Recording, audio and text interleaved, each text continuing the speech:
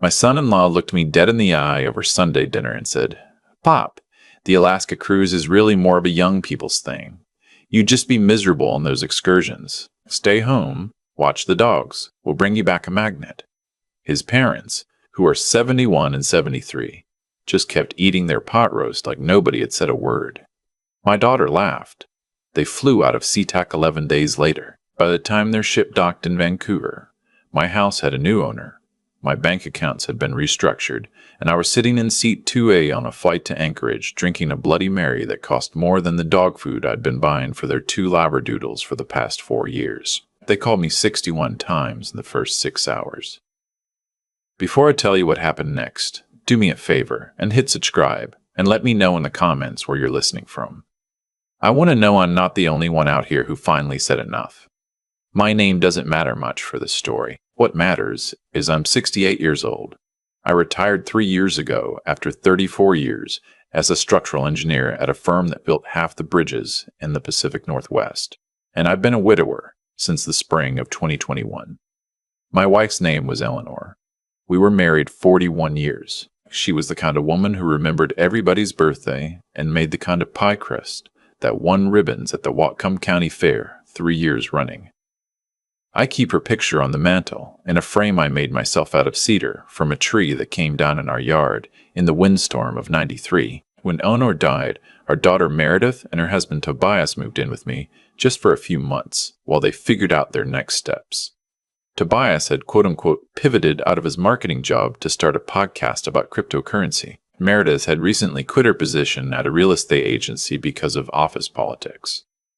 They had 2 dogs, no kids, no income, and a U-Haul full of furniture they'd bought on a Best Buy credit card with 18% APR. 3 months turned into 4 years. The Alaska cruise conversation happened on a Sunday in August. Tobias's parents, Conrad and Beverly, had driven up from Portland that weekend specifically to plan this trip. They were sitting at my dining room table, on chairs Eleanor had reupholstered herself, eating pot roast I had paid for, when my son-in-law explained that I would not be welcome on the family vacation. "It's a lot of walking, Pop," Tobias said. He's been calling me Pop for 4 years, and I'd never once told him I like it. Glaciers, hiking, the whole deal. We don't want you to feel left out, but we also don't want you to hold us back. You know what I mean? Conrad, who walks with a cane because of a hip he refuses to get replaced, nodded sagely. Beverly, who hasn't been able to climb my front porch steps without stopping to catch her breath since 2022, agreed it was probably for the best. Meredith reached across the table and patted my hand. "Daddy, you'll have the whole house to yourself. Wouldn't that be nice? A real break." A break. From what exactly? From buying the groceries.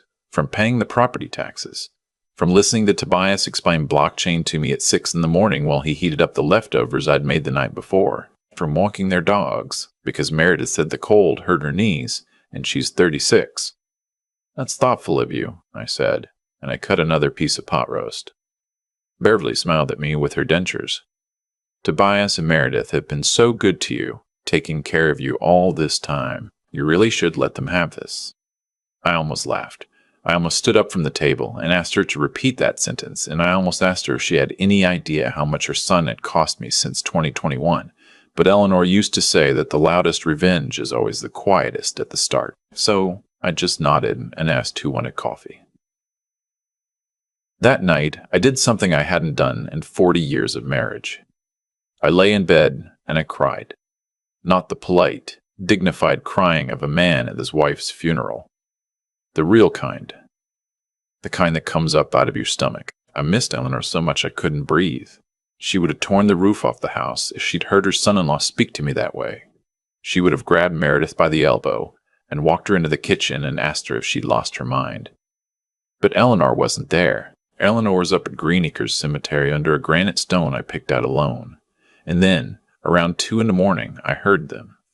The vent in the master bedroom connects to the guest room downstairs, where Meredith and Tobias sleep. I learned this the hard way back in 2022 when I overheard Tobias call me the old wallet on a phone call with one of his crypto buddies. I'd let that one slide. I told myself he was venting, that he was embarrassed about not having a job, that men say stupid things when their pride is hurt. I gave him grace. Tonight there was no grace left to give. He didn't even argue, Meredith was saying. Her voice was bright, almost giddy. I told you he wouldn't. He's so checked out since Mom died. He just goes wherever we point him. Did you talk to your aunt about the conservatorship paperwork? Tobias asked. I sat up so fast I knocked the lamp off the nightstand. I caught it before it hit the floor. I held my breath. She said her lawyer can draft it while we're gone, Meredith said.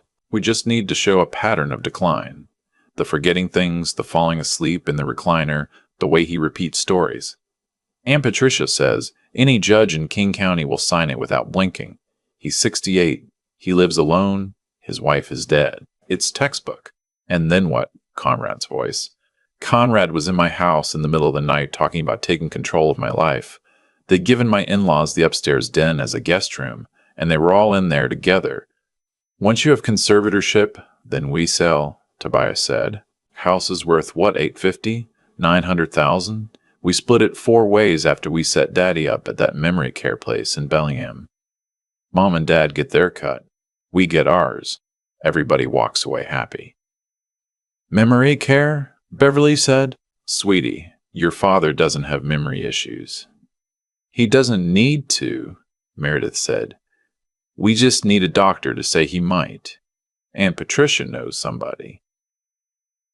I sat on the edge of the bed in my pajamas, and I felt something inside my chest go cold and clean, like a piece of machinery that had been running rough for a long time, finally finding its rhythm. I have, in my desk drawer, a notebook. Eleanor started it, after her diagnosis, when we knew it was terminal and we had time to be practical about things. She said to me, You write down every dollar that walks out of this house, mister. Don't you dare let anybody guilt you into anything after I'm gone. You promise me. I promised her. I've kept that notebook for 4 years. Tobias's failed crypto investments that I covered, $34,200. The down payment on the Tesla in the driveway, the one Meredith calls her car, $18,000. The veterinary bills for the Labradoodles, including one emergency surgery for a swallowed tennis ball, $11,400. Property taxes, utilities, groceries, the new water heater, the roof patch after the cottonwood fell in the side yard, Meredith's dental work because Tobias's company doesn't offer benefits. I added it up once in March. $78,416, plus the house they were sleeping in, rent-free, plus the food in the refrigerator, plus the electricity to run Tobias's 3 monitors and his ring light. And now they wanted to put me in a memory care facility and sell the house Eleanor and I bought in 1987 with money we saved by skipping vacations for 10 straight years. I'll tell you something. I'm a structural engineer. I spent 34 years making sure things didn't fall down. You learn, in that line of work, to identify load-bearing elements, and you learn to identify dead weight.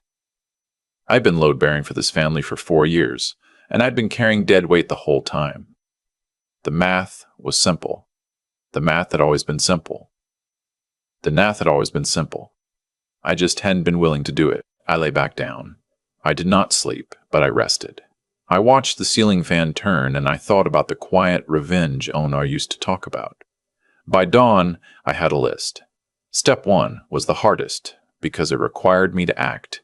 The next morning, like nothing had changed. I got up at 6. I made coffee. I let the dogs out. I scrambled eggs for everybody. Tobias came into the kitchen in a bathrobe scrolling his phone and asked if there was bacon. I said no. He sighed like I had failed him personally, and he poured himself a cup of my coffee. Meredith came in and kissed me on the cheek and asked if I had thought about going to that bingo night at the senior center while they were gone. It would be good for you to socialize, Daddy. I'll think about it, I said. I poured her orange juice. The cruise was 11 days out. They were leaving on a Friday morning, flying down to Seattle, to board the ship in Vancouver the next day. I had 11 days. I have built bridges in less time. That afternoon, I drove to my bank, the one Eleanor and I have used since 1984, and I sat down with the branch manager, a woman named Constance who has known me for 20 years. I told her, in plain English, what I had overheard. I told her my daughter and her aunt were planning the file for conservatorship. Constance is 62 herself. She listened with her hands folded on the desk And when I was done, she said, "Honey, what do you need from me?" I needed everything moved. The joint accounts I'd kept Meredith on as a courtesy after Eleanor died, the ones she'd been quietly Venmoing herself $50 at a time from for the past 18 months, those needed to be closed, and the funds moved into accounts in my name, only with Constance herself as the secondary contact. I needed power of attorney paperwork drawn up with my attorney, naming my old college roommate Howard, who lives in Spokane and has hated Meredith since she was 14 and crashed his motorcycle. I needed a complete medical evaluation scheduled for the next morning at the geriatric clinic at the University Hospital, the kind where a board-certified neurologist documents that I am, in fact, sharper than the average 40-year-old. Constance made phone calls while I sat there. Step 2 was the realtor. I called a man named Augustine, who handled the sale of my mother's house in 2019. I told him I needed to sell my house. Fast, no contingencies, cash buyer if possible. And I had 11 days. He whistled into the phone. Then he asked me how much I was willing to leave on the table for speed. I told him whatever it took. He said he'd be at my house Tuesday morning. The house tour with Augustine happened while Meredith was at her Pilates class and Tobias was at a coffee shop taking meetings.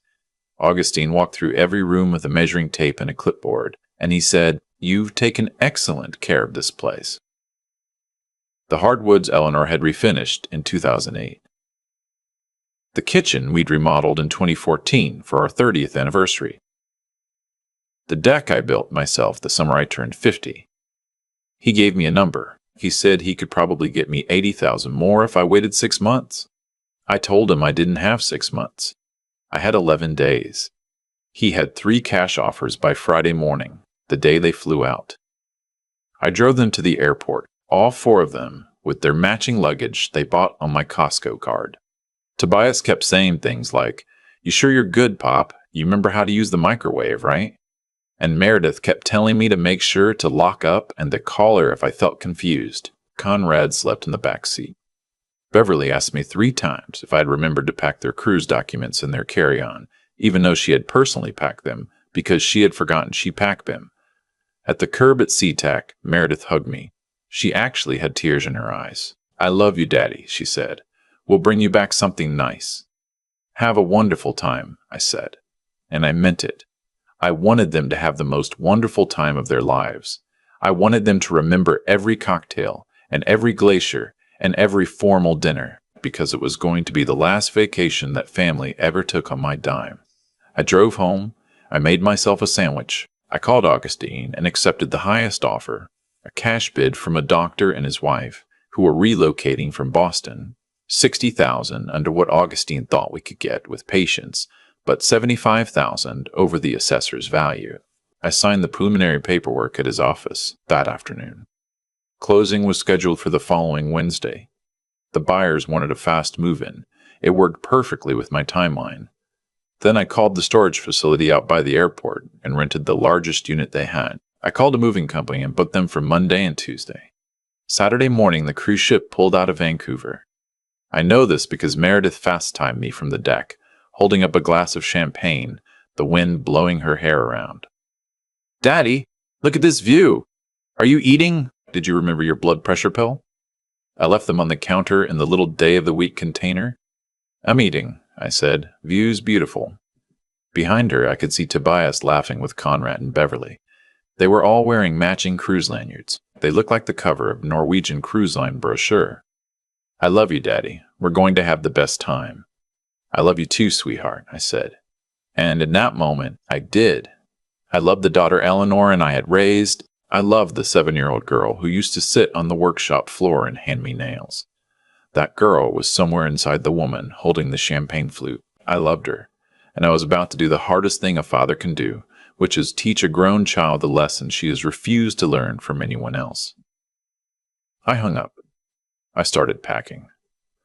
I want to tell you something about packing up your daughter's life. It is a strange and brutal exercise. I started with Tobias's office, which used to be Eleanor's sewing room, 3 monitors. A staining desk I had bought him for Christmas in 2022 because he said his back hurt. A microphone setup worth more than my first car. Cardboard boxes of crypto books, half of them still in a shrink wrap. A whole shelf of nutritional supplements he ordered subscriptions for. I packed it all carefully. I labeled every box. I am again an engineer. I do not do things sloppily. Their bedroom took longer. Meredith's clothes were the worst part. I found dresses with the tags still on, bought with money she did not earn, and I folded each one and laid it in a wardrobe box. I found a jewelry box with 3 pairs of earrings I had given her over the years, and I left those on the bed with a note that said, "These are yours. The rest is in storage. Address inside." The dogs went to a kennel I'd already paid for, 2 weeks prepaid, with instructions that if nobody picked them up, they should be transferred to the Labradoodle Rescue in Tacoma I'd already contacted. The movers came Monday at 8. By Tuesday evening, the storage unit was full, and my house, my actual house, was emptier than it had been since 1987. I walked through it with the keys in my hand, and I sat down on the floor in the living room where Eleanor's couch used to be. I cried a little.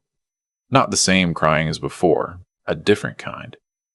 The kind you do when you've finished a long job. Wednesday, I closed on the house.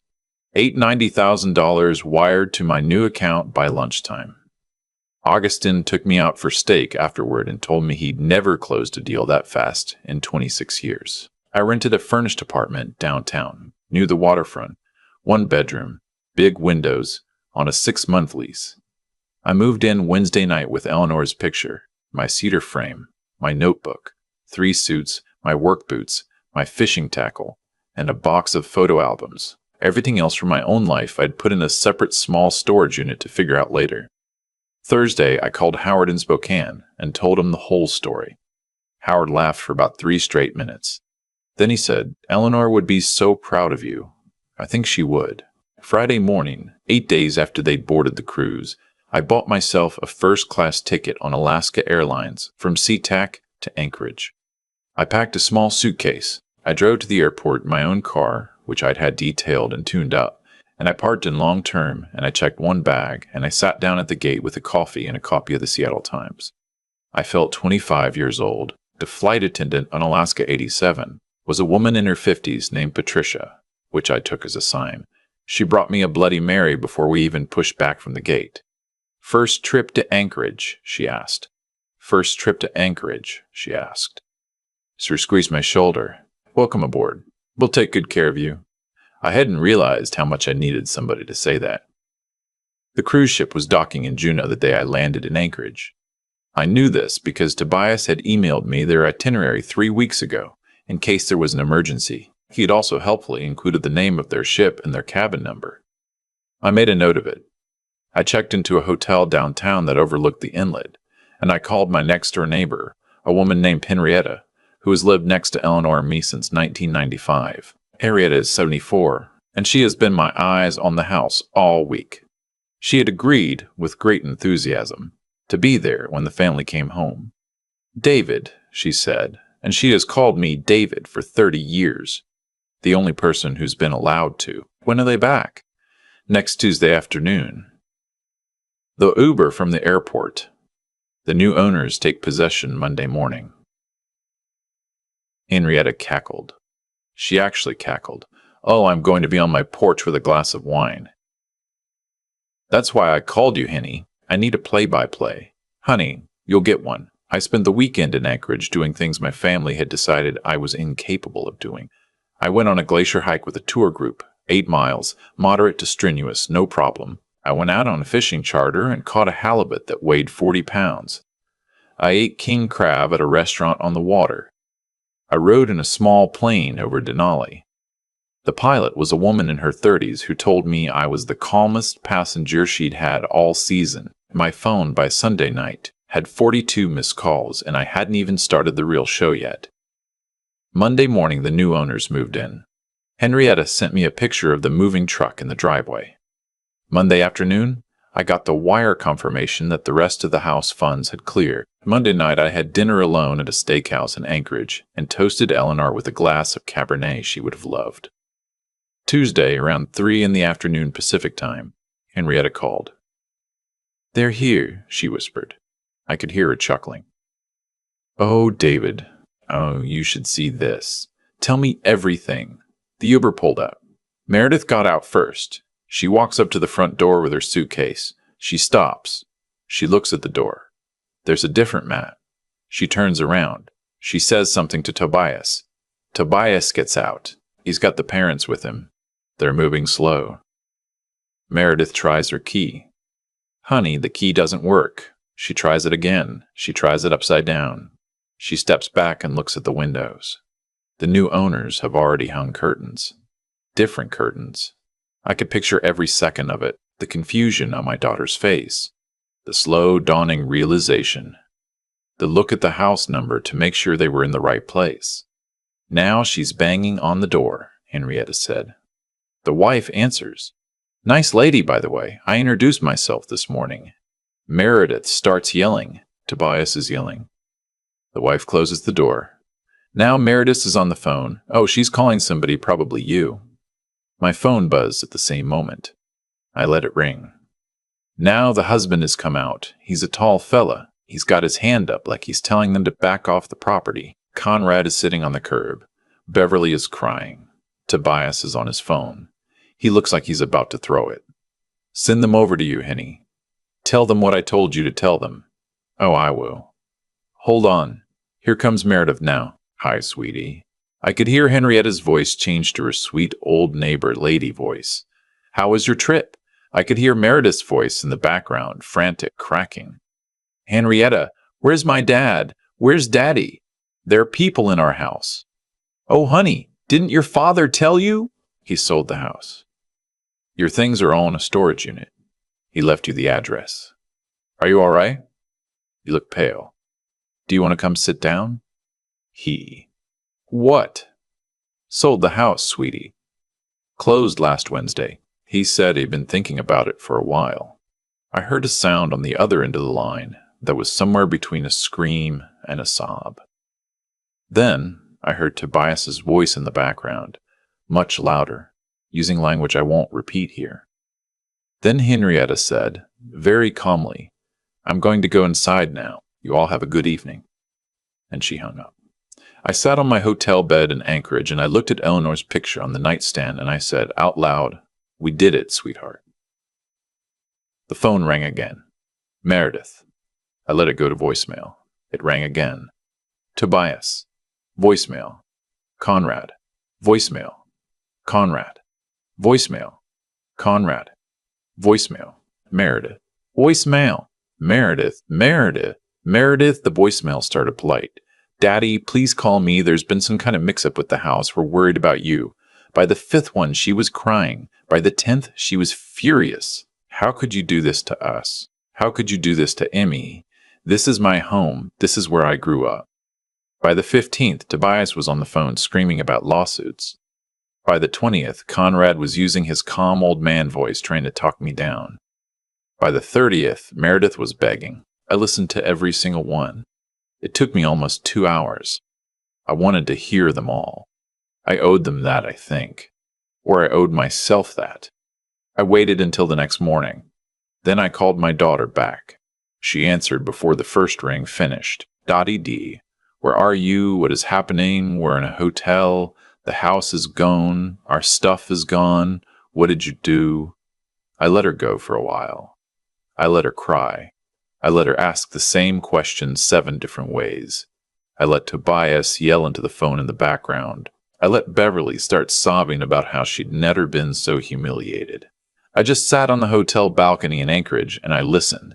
When she finally stopped, when there was nothing on the other end of the line but her ragged breathing, I said, Meredith, I need you to listen to me very carefully because I am only going to say this once.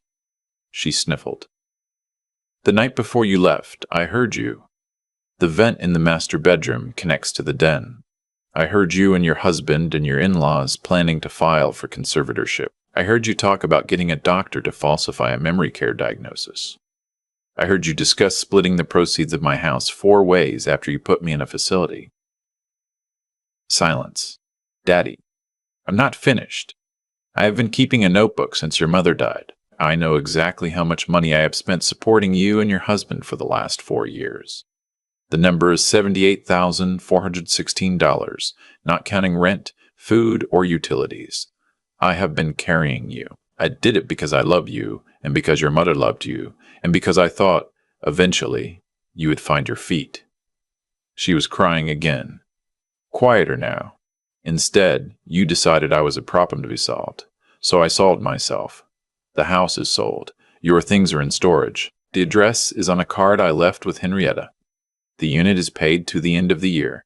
After that, you will need to handle it yourselves." "Daddy, please, we didn't mean—" "Yes, you did. You meant every word of it. I'm going to tell you what's going to happen now. You are not going to call me. You are not going to text me. You are not going to show up wherever you find out I'm living. If you do any of those things, I will get a restraining order. Howard." You remember Howard has the paperwork ready to file. Aunt Patricia has been informed that I have full medical and legal documentation of my mental capacity, including a neuro evaluation from the university hospital, and that any conservatorship petition she helps you file will be met with a countersuit. She has, wisely, decided to retire from this matter. "Daddy, where are you?" I almost laughed. "I'm in Alaska, Meredith. I'm on the cruise you said I was too old for. Well, not the cruise, but the state. I went hiking on a glacier yesterday. I caught a 40-pound halibut on Saturday. Tomorrow I'm taking a train down to Seward. I'm having the time of my life." She was quiet for a long time. Then she said, in a small voice that sounded like the voice she used to have when she was 9 years old, "Are you ever going to talk to me again?" I thought about it. I thought about Eleanor. I thought about the 7-year-old who used to hand me nails. I thought about the woman who had sat at my dining room table and laughed while her husband called me too old to matter. "Maybe," I said, "someday, when you spent some time understanding what you did, and when you supported yourself for at least 2 years without asking me for a dime or a favor, you can write me a letter. Not an email. A letter. With a stamp. And I will read it. I'm not promising anything more than that." She started crying again. "I love you, Meredith. I have always loved you.